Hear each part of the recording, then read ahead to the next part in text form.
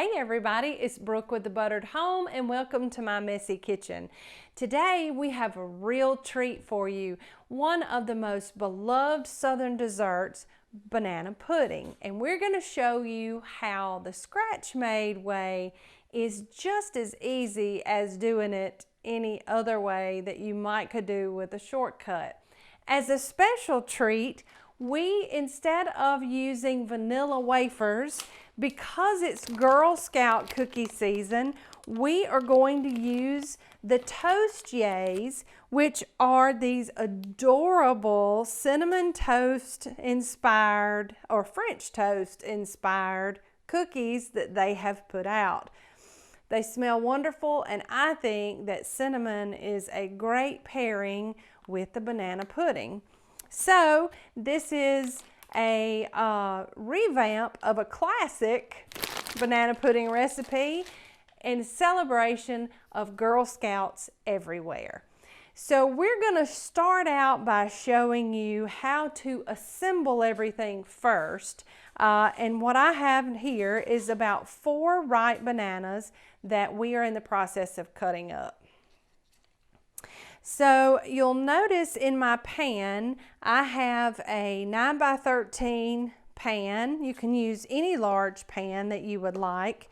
And I have taken the Toast Yay cookies and I have lined the bottom of the pan and I have made this cute little perimeter so that the little toast top of the cookies can kind of peek out from the banana pudding. I think that's an added bonus.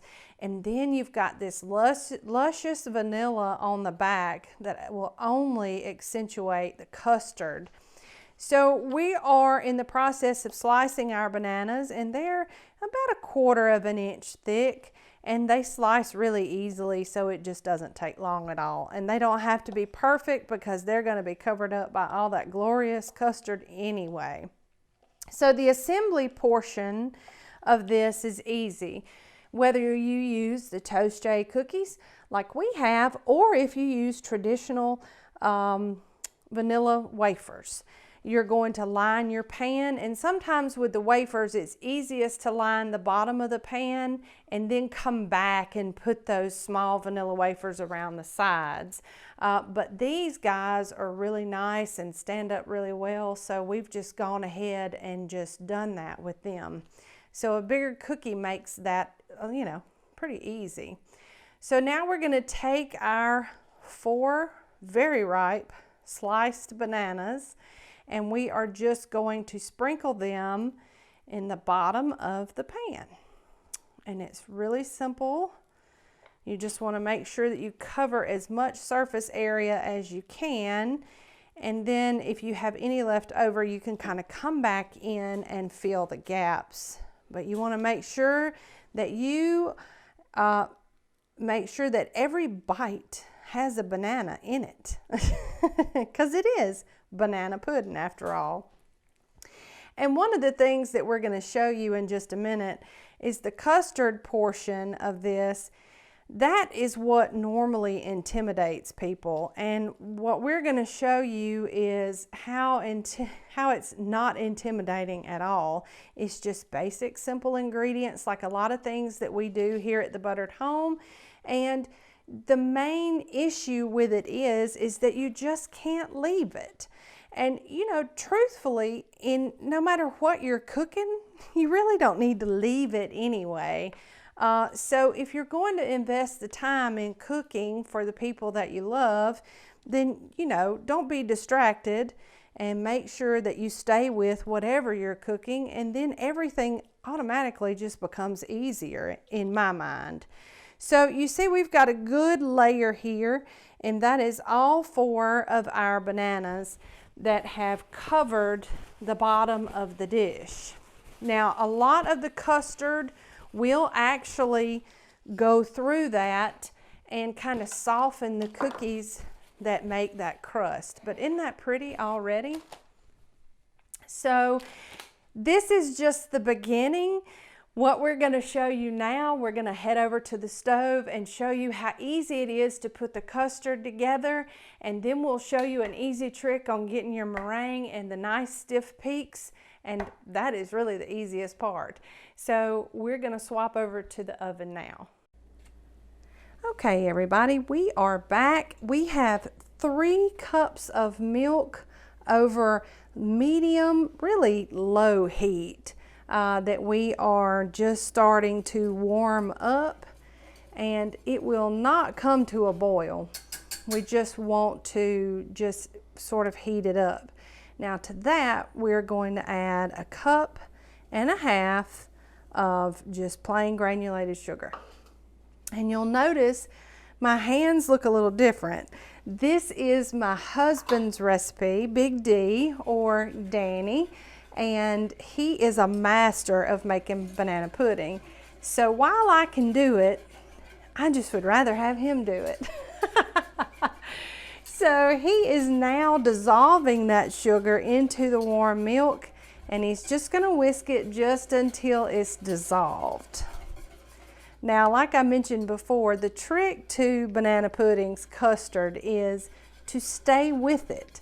A lot of people use a double boiler method, and that is fine, but as long as you stay with it, you can actually do it just over in a regular boiler. So now he's adding 3 egg yolks to the sugar and the milk, and we are going to just break those egg yolks up and mix those in really well. And because we're not cooking this on high heat, those egg yolks should not cook. But that is what makes this a custard and will cause things to thicken up. We're gonna add in a couple of other little things too that'll help that along in just a minute. So he's gonna constantly move that around so that it won't stick to the bottom of the pan and it won't scald, because milk will scald pretty fast. All right, now we are going to be adding 3 tablespoons of plain flour. 4 tablespoons, I'm so sorry, 4 tablespoons of plain flour. That will also help thicken the custard.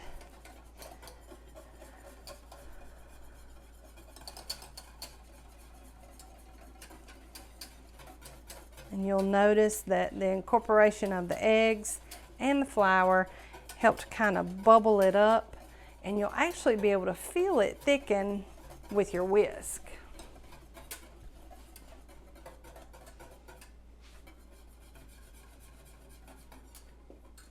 And the difference between doing an instant pudding and this is tremendous as far as taste and texture. So anytime we make anything sweet, we always add a pinch of salt. And the salt is there to kind of accentuate the sweetness of the custard. And now to that, we'll be adding 1 teaspoon of vanilla. Good vanilla. We like to use Watkins baking vanilla. It has more of a pure flavor and has less alcohol. So we are just going to stir that now and stick with it until it thickens.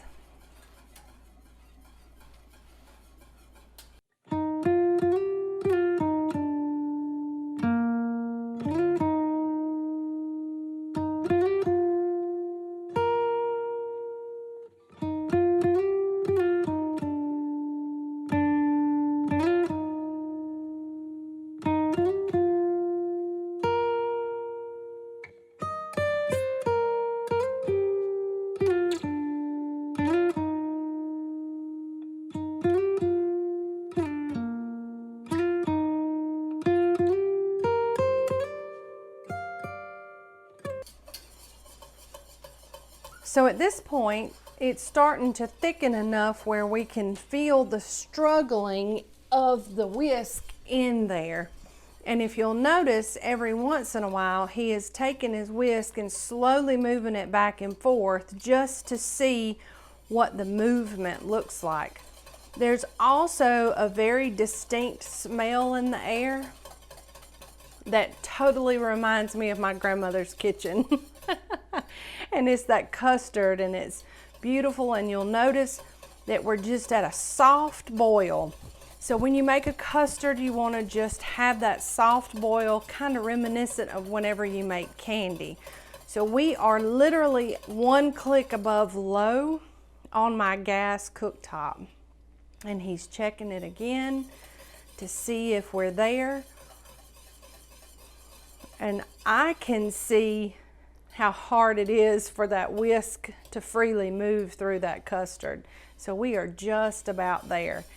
Now, as soon as you hit the point where it is thick and barely moves in the pan, you're going to want to remove it from the heat at that point. And then we are going to take it and we're going to show you how we pour it over our assembled base. All right, so I think we're about done. So we'll move over to the counter now. Okay, so we are back here and our custard is nice and thick, and we are now going to immediately pour that over the banana pudding, or the bananas rather, so sorry. And I just like to make sure that all my corners and edges are covered.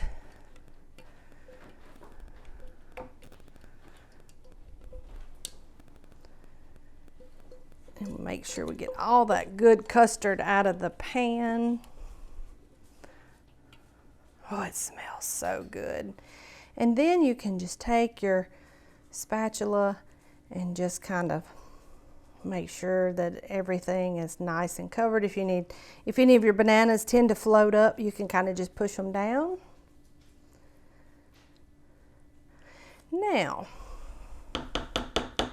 Now we have plenty of room for our meringue. So we're gonna let this cool, and then we're gonna come back and show you how to make the most perfect meringue for your banana pudding that you've ever seen.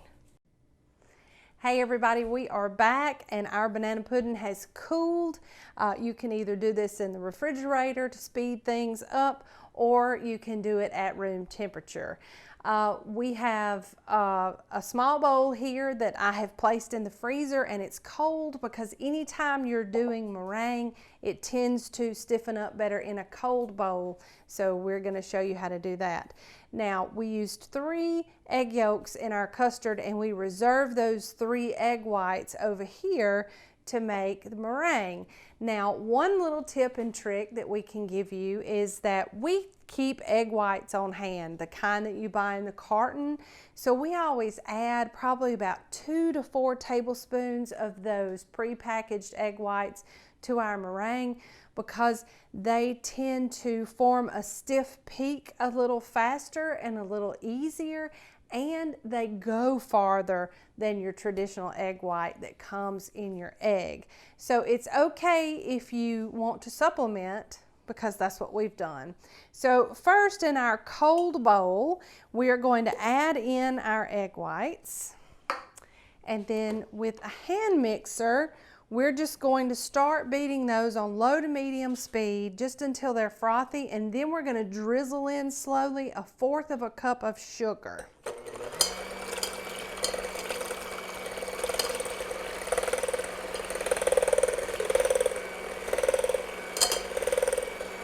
All right, now they're good and frothy, so we're just going to drizzle that sugar in just a little at a time, making sure that they mix well.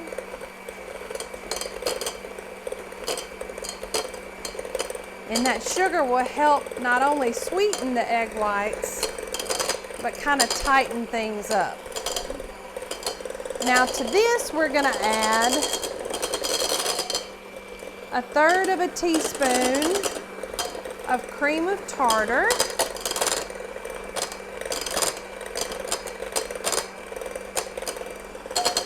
and a full teaspoon of vanilla, just until stiff peaks form.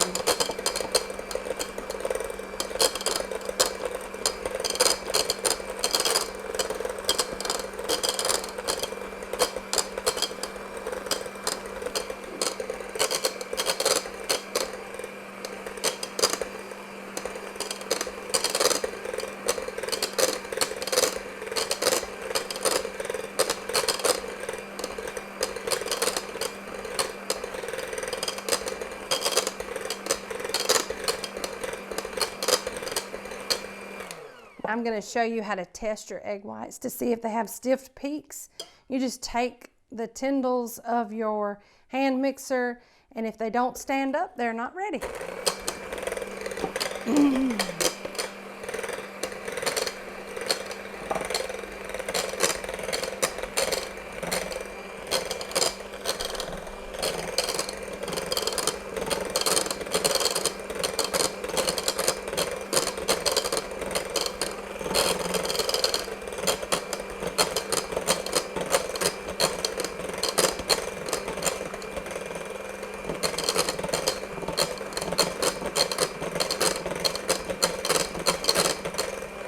All right, let's test them again.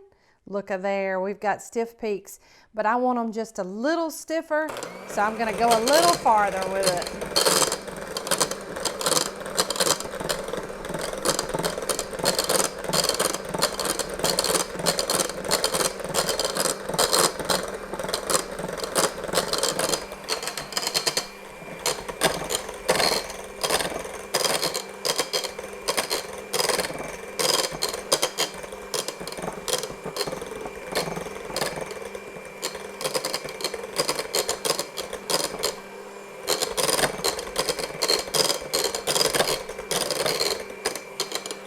All right, now they're good and tight and stiff, and see how it forms that pretty little wave. It looks like the crest of a wave in the ocean. That is what we're looking for. The more dramatic peaks you have, the prettier browning and top you will have on your banana pudding. So now we are going to set this to the side, and I'm going to bring my pudding over, and then what I like to do is just spoon it right down the middle with a spatula. And we can come back and fill in as needed once we make sure that we have enough meringue right down the middle. Okay, and then I'm going to reserve just a little in my pot, and I'm going to take my spatula and just kind of work it out ever so gently, because we don't want to deflate things.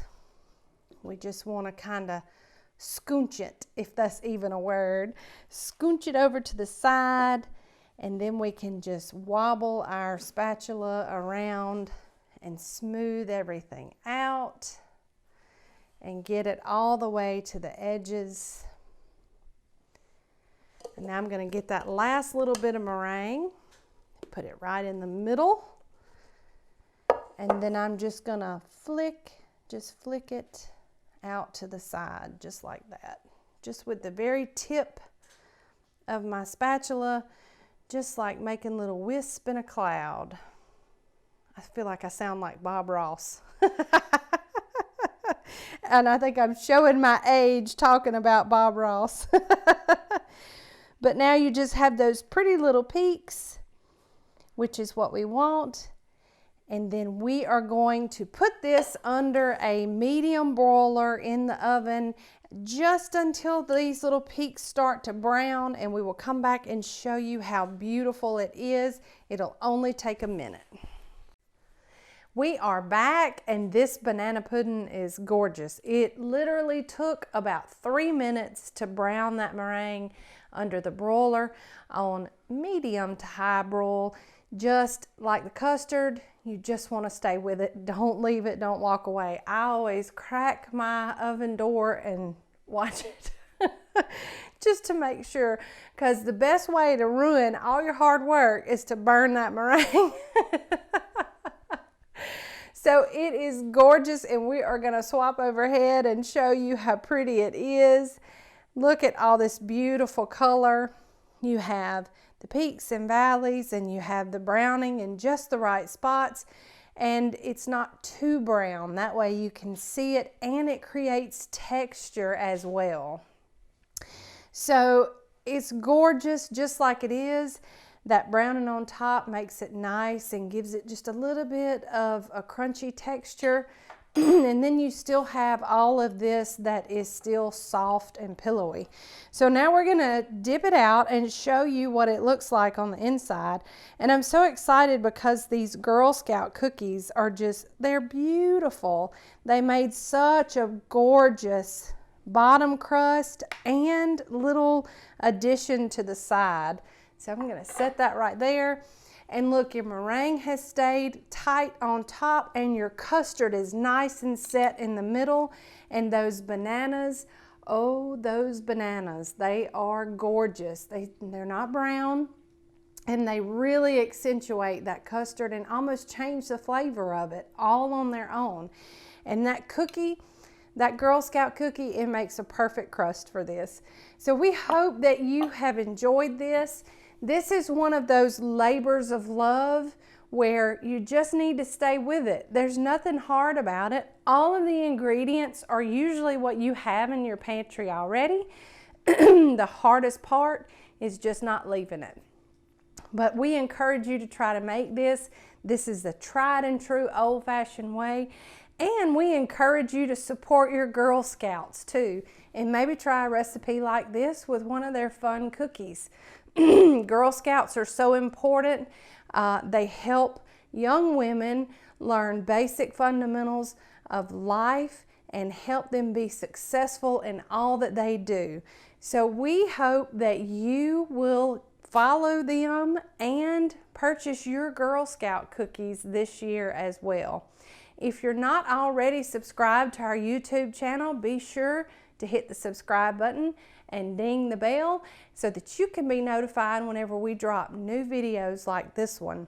Also, if you're not following us on Facebook and Instagram, be sure and do that as well, as we cook live most every Monday night at 7:30 Central Time. We'd love to see you there too.